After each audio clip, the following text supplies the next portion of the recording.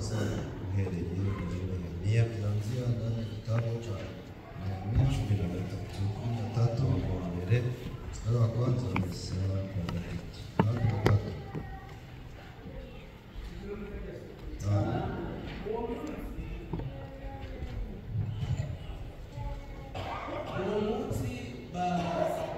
basomera abantu mu gitabo cya Mose basanga handitswemo yuko nta mwamoni cyangwa umumowabu uzaja mu iteraniro ry'Imana iteka ryose, kuko batasanganije Abisirayeli imitsima n'amazi, ahubwo bakababwirira kuri Balamu ngo abavume, ariko Imana yacu ihindura umuvumo kuba umugisha. Nuko bumvise amategeko baherako barobanura Abisirayeli ikivange cy'abanyamahanga cyose.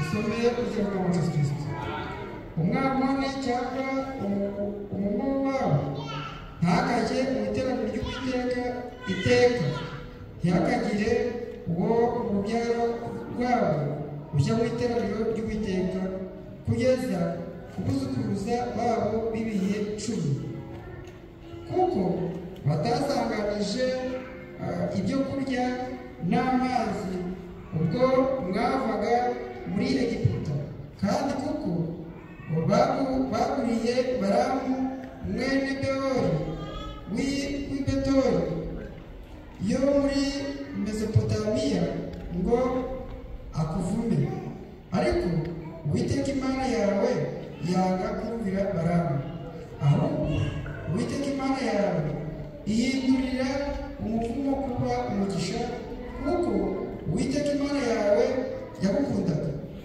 Ntukabashakire amahoro cyangwa ibyiza iminsi yose ukiriho. Amen.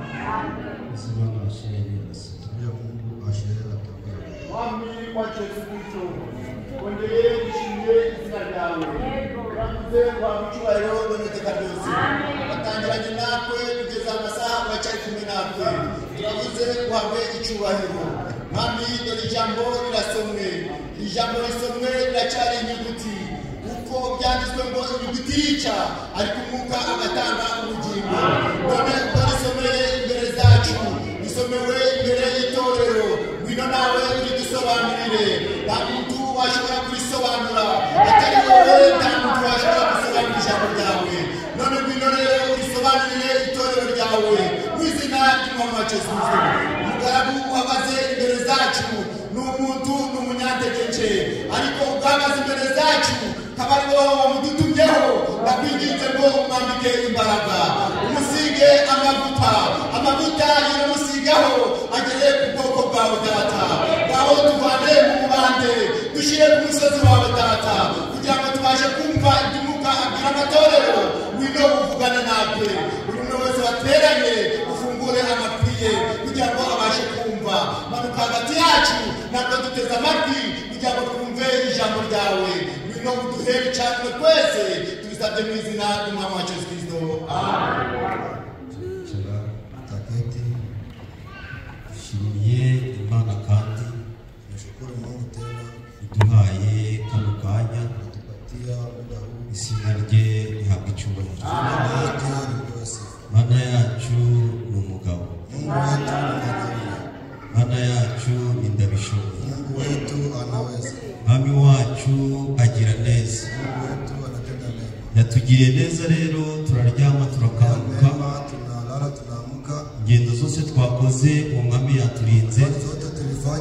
Izina rye rihabwa icyubahiro mu izina rya Yesu Kristo. Iryo zina rye niryo zina rikomeye, iryo zina nimwo dukorera ibintu byose. Nta kintu na kimwe tutakora muri iryo zina, kubera hagize ibyo wakora binyuranye n'iryo zina kuwa na cha kufanya tofauti na jina hilo, wataye umurongo. unakuwa unapotea. Rero iryo zina niryo zina rikomeye. Ile jina ndio jina. Iryo zina ribabarira ibyaha. Ile jina ndio nasameza. Iryo zina rikiza abarwayi. Jina ndio naokoa wagonjwa. Iryo zina ririnda abagenzi. Jina linachunga wasafiri. Iryo zina rikora ibintu byinshi. Jina linafanya mambo. Rero natwe turavuze ngo reka duterane muri iryo zina. Sasa tunasema acha tukusanyike duterane mu izina ry'Uwiteka Imana. tukusanyike katika jina la Yesu Kristo. Ntabwo turaterana mu izina ry'umuntu runaka. Katika jina la mtu fulani. Wateranye bose he kugira utekereza ngo turaterana mu izina rye. Tukusanyike wote msiwaze ahubwo turaterana muri iryo zina rikomeye. Iryo zina ribabarira ibyaha. Iryo zina rikiza abarwayi. Abari bahetamye rikabahetamura. Iryo zina ryikoreye ibyaha byanyu. Iryo zina niryo tukamira muri uyu mwanya. Duteranye mu izina ry'Uwiteka. Reka mbisubiremo mubwire ngo duteranye mu izina ry'Uwiteka. Ntabwo duteranye mu izina rya Asheri. Ntabwo duteranye mu izina rya Sherari. Ntabwo duteranye mu izina rya Dusana. Ntabwo muteranye mu izina rya Hame. Ntabwo duteranye mu izina ry'Uwiteka. Imana irakarama. Imana igira neza. Imana ikora ibikomeye. Ibyari bihangangira bihangamira. Umuririmbyi yavuze ngo Imana yitwa igihangane. Umuririmbyi yabikubise amaso abona Imana ari igihangane. Reka nawe nkubwire ngo reba ko Imana ari igihangane. Yaguhangamuriye ibyari bikomeye. Bya bindi waherezaga imbaraga ko binabipashaho. Imana yarabihangamuye. Iryo zina rirakomeye. Ni izina ritegeka. Iryo zina rirategeka abapfuye bakazura. Iryo zina rirategeka abakoze ibyaha bakababarira. Iryo zina rifite imbaraga. Ariko mbabwire iryo zina ry'Imana. Iryo zina rirakomeye. Ntabwo rihwanye n'izina ryawe. Kubera iryawe ntacyo rikora. Izina ryawe ntirigira icyo ryakora. Ariko izina ry'Imana rirakora.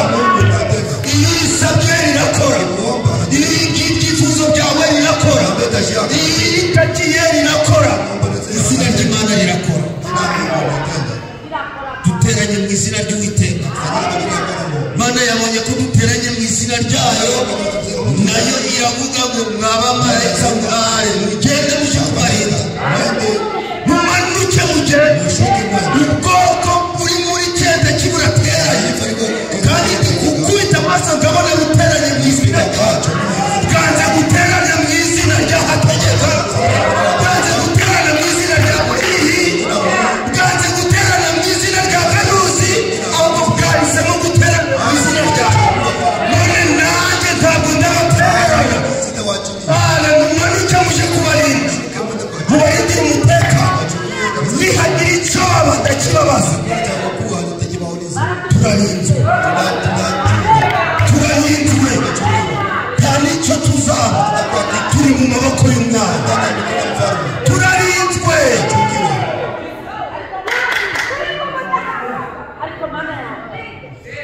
Imana irababwira ngo nubwo mbatumyemo muje kubarinda, hari ibyo mudashoboye gukora.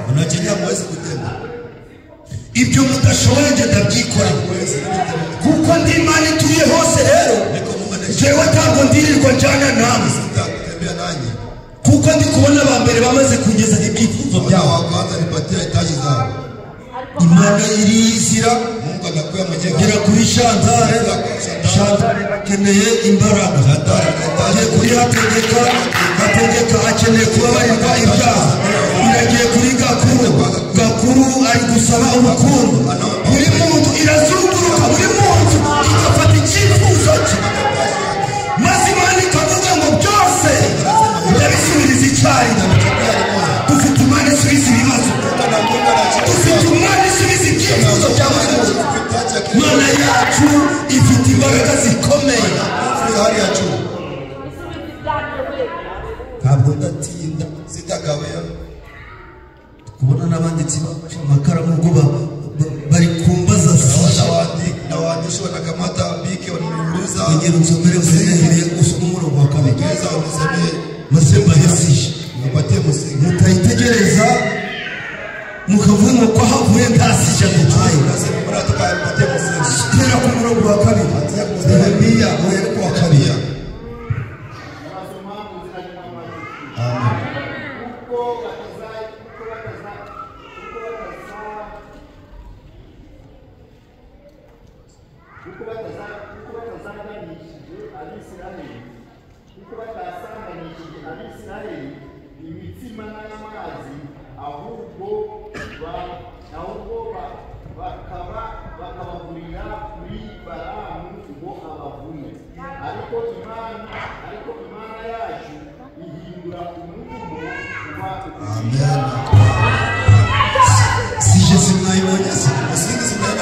Ariko reka mbabwire uko murandika ngo hejuru y'imivumo juu ya laana hari umugisha. Hejuru y'umuvumo hari umugisha. Hejuru y'ibyo bakuvuze baravuze ngo ndahuzakira ariko Imana irabihinduye. Baravuze ngo ndahuzabyara Imana irabihinduye. Barakuvuze ngo uzapfa ntacyo wigejejeho ariko Imana irabihinduye. Baravuze ngo uzapfura umukene ariko Imana irabihinduye. Ndikubaganiriza ngo hejuru y'umuvumo hari umugisha. Ibyo bakuvuzeho Imana ihageretse imigisha. Mubihabwa icyubahiro n'izina rya Yesu Kristo. Maze uracyatinya ikikazi ibyo bakuvuzeho byose Imana ibihinduye imigisha. Imana irabihinduye. Reka mubwire ngo wahafite iyo migambi yose Imana iramukojeje isoni. Irabihinduye muri aka kanya. Imana irabihinduye. Irabihinduye. Ibyo bavuzeho byose Imana irabihinduye. Ibyo bavuze kuri dusoma byose irabihinduye. Nukuje muratinya Imana yacu ni umugabo. Mungu anabadilisha. Maze ngo muri iyo minsi basoma igitabo cya Musa. Hata muri wakati anasoma kitabu cha Musa basanga amagambo gari kuvuga ngo tihazagira umuamori usigamu amori cyangwa umumowabu uzigira mu iteraniro ry'Uwiteka ataingia ndani ya mkutano wa Bwana. Kubera iki? Kwa nini? Ntabwo basanganije Abisiraheli amazi hawakulaki Waisraeli na maji cyangwa se imitsi hawa mikate. Bari bafite intego ki? Walikuwa na shabaha ahubwo bagurira Balamu ibiguzi. Wale wanauzia Balamu bajya kuvuga ubwoko bw'Isiraheli na taifa la Mungu.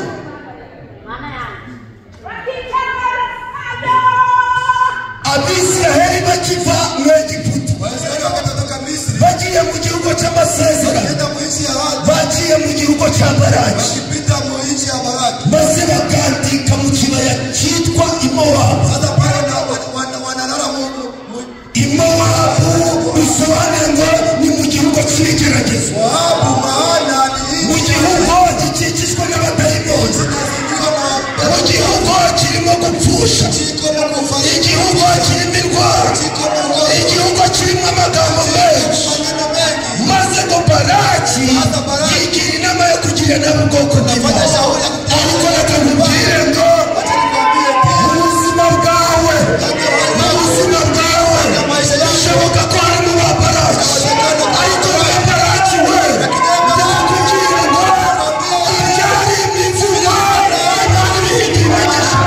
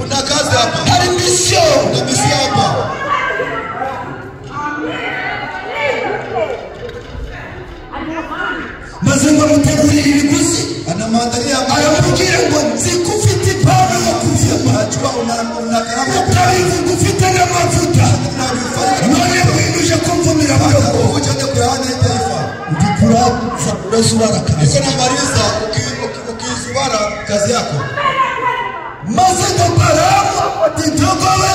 Sasa Balamu anakamata punda maze arayinjira arasi anapanda anaenda nawe yinjiye ngo agiye gukorera amafaranga ariko bageze mu nzira barayika w'Imana arasi aravuga ngo utarenga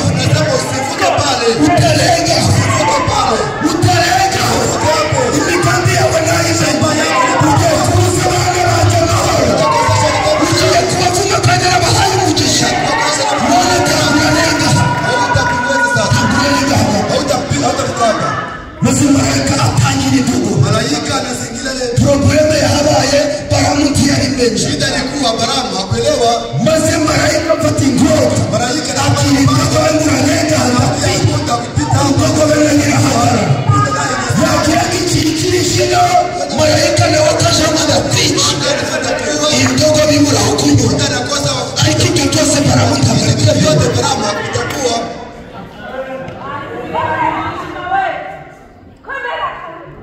maze ngo Balamu abonye yarambiwe afata inkoni arayikubita anaichapura kabisa anaipiga maze ngo ayikubise nayo akisha ipiga nayo yumvira babaye ntabwo Balamu azi ingorane yahuye nayo maze ngo irapfukama noneho birababirana inapiga makuta nuko binaisha maze ngo birambiranye sasa bikichokesha marayika ahumura amaso ya Balamu marayika anafungua macho ya Balamu ariko watarahumura amaso ya Balamu bila kufungua macho ya Balamu indogobe kuko Uwiteka ari Imana itegeka ivugira mu ndogobe iravuga nakuremye uri inyamaswa burya abavuga ni abantu wowe ntabwo wari ugomba kuvuga wowe mutima reka nzibura akanwa kawe kanzibura akanwa kawe maze urangurura ijwi nk'iry'abantu maze indogobe iravuga iti esike databuja ukubera icyo ukubise kano gatatu kose hari aho wategetse kuja nk'aho iminsi yose tubanye sinkuyobora kakugeza aho ushaka amahoro ukubera icyo ukubise mu gihugu akimara kubivuga Imana ibona guhumura amaso ya Balamu amaze kuyahumura aramubwira ngo uvuye uraza ufite umugambi w'urukujo nubwo ubonye ibyabaye ntabwo ndakureka kugenda komeza n'urugendo rwawe ariko itegeko ni ibyo nzashyira mu kanwa kawe abari tuzavuga utazazana bwamuhagangara bwawe ndakubabarira uragiye ariko nugerayo ibyo ndagutegeka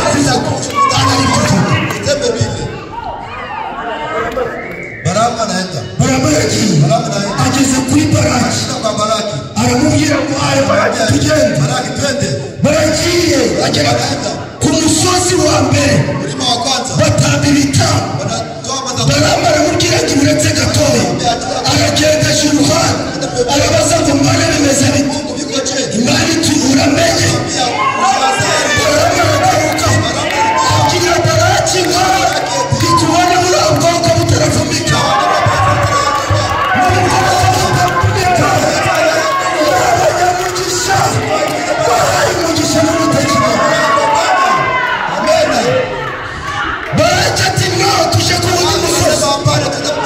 maze bagezeyo batabira Balamu aramubwira ngo uretse gatoya none wowe